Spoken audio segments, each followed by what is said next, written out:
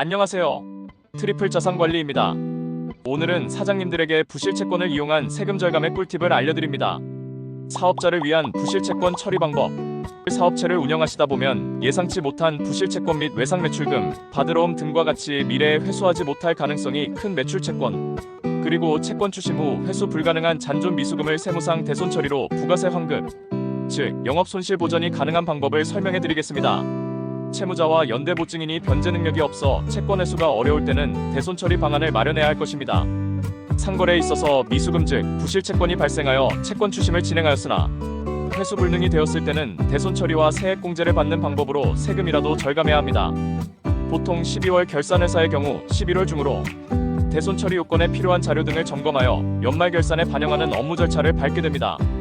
대손 처리가 된 채권에 대해서는 부가가치세 확정 신고 기간에 대손세액 공제를 받을 수 있으므로 이를 적극적으로 활용해야 합니다.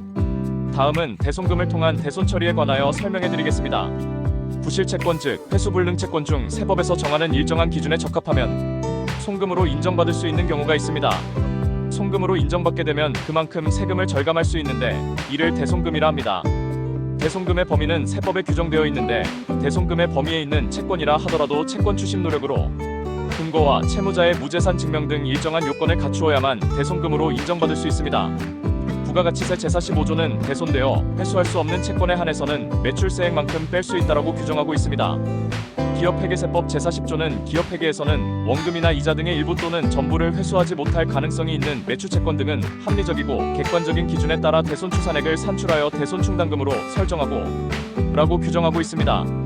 그렇다면 부가세 환급받기를 위한 구비서류를 알아보겠습니다. 첫째, 회수불능 채권임을 입증할 수 있는 서류로서 소멸시효 완성 증빙서류, 부도음, 수표 등 회수불능임을 입증할 수 있는 서류가 필요한데 이는 회수불능 보고서를 신용정보회사에 의뢰하면 됩니다. 둘째, 가압류, 압류, 소재기, 경매 신청 등의 서류 및 채권 추심 근거서류 등 회수노력 근거서류가 필요합니다.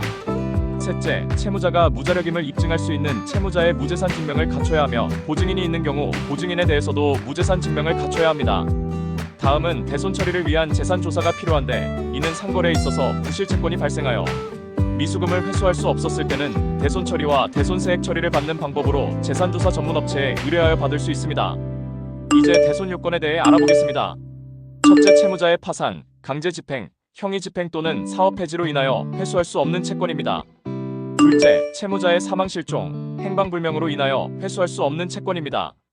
셋째, 외상 매출금 및 미수금으로 상법상 소멸시효가 완성된 채권입니다. 넷째, 어음 및 수표법에 의한 소멸시효가 완성된 채권입니다. 다섯째, 기타 채무자의 상태로 보아 회수할 수 없다고 인정되는 채권입니다.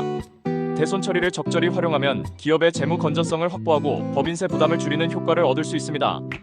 다만 법적으로 인정받기 위해서는 일정 요건을 충족해야 하므로 신중한 채권 관리가 필요합니다. 트리플 자산관리에서 이런 사장님들의 고민을 함께 하겠습니다.